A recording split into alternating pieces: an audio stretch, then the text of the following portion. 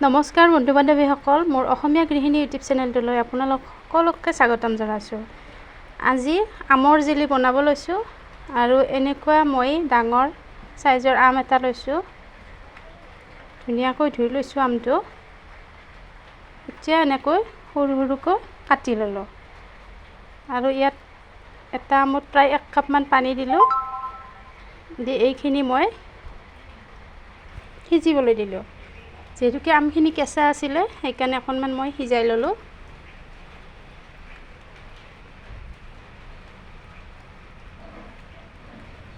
যেহেতুকে আমৰ বতৰ সেইকাৰণে জেলিনো কিয় নবনাওঁ, সেইকাৰণে জেলি বনালোঁ আজি।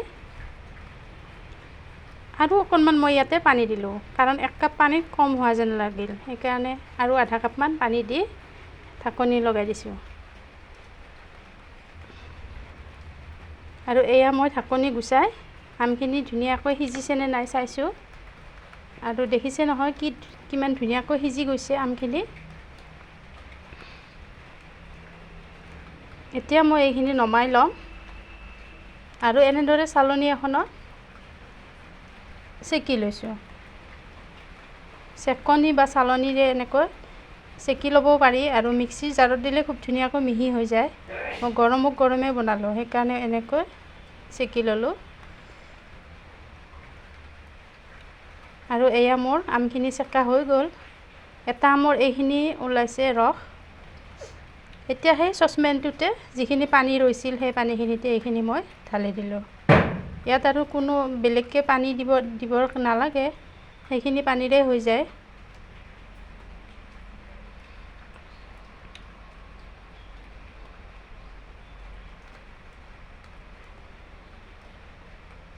আৰু ইয়াত মই 1 কাপ চেনি দিলোঁ। যিহেতুকে আম এটা আছিলে সেইকাৰণে মই চেনিও 1 কাপ দিছোঁ। আৰু খুব ধুনীয়া জোখৰ হয় এটা আমত 1 কাপ চেনি। অকণমান আমটো কেঁচা আছিলে সেইকাৰণে পুৰা 1 কাপ দিছোঁ।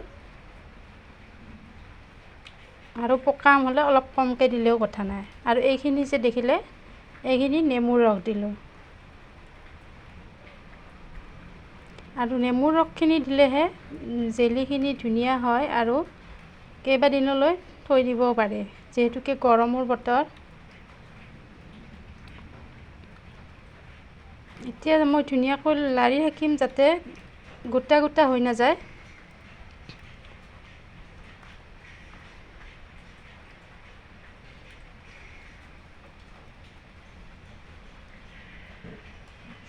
আৰু এই যে ছাইডত ফেনখিনি দেখা পাইছে, এই ফেনখিনি ধুনীয়াকৈ গুচাই দিম।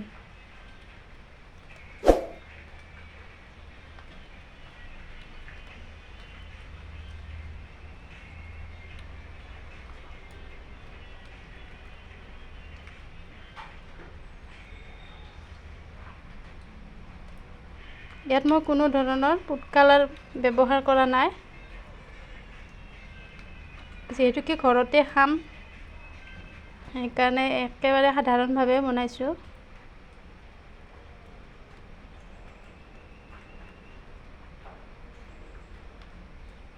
আৰু এয়া মোৰ জেলি প্ৰস্তুত হৈয়ে গ'ল ইতিমধ্যে। এইখিনি মই নমাই ঠাণ্ডা হ'বলৈ দিম। ঠাণ্ডা হ'লে অকণমান ডাঠ হ'ব।